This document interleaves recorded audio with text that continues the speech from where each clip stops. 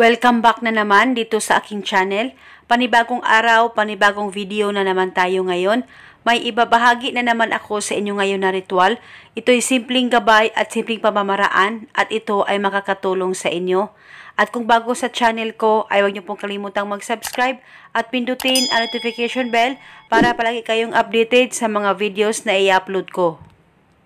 Gusto mo ba na tatawagan ka ng mahal mo o ng partner mo? Gusto mo rin ba na ikaw ay mamimiss niya ng sobra-sobra? At gusto mo rin ba na makakatanggap ng tawag galing sa kanya? Lalong-lalo na ngayon na hindi na siya nagpaparamdam sa'yo at matagal na kayong hindi nag-uusap na dalawa.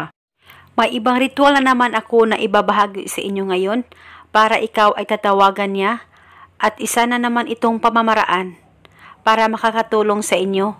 Nang sa ganon, maging okay at maayos kayong dalawa ng partner mo.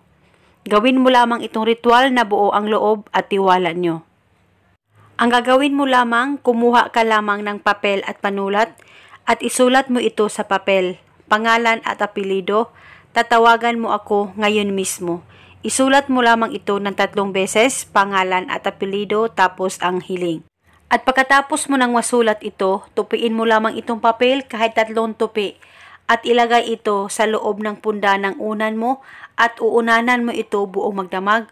Uunanan mo ito hanggang kailan mo gusto sa kahit na anong oras na gusto mo at sa tuwing ikaw ay matutulog. At paniguradong ikaw ay tatawagan niya at ikaw ay mamimiss niya ng sobra-sobra. Basta tiwala lang talaga palagi sa kahit na anumang ritual na iyong gagawin.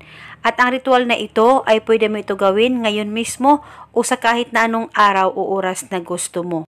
At pwede mong itago itong ritual pang matagalan at kung gusto mo na itong ihinto, ay kunin mo lamang itong papel at sunugin mo lamang ito.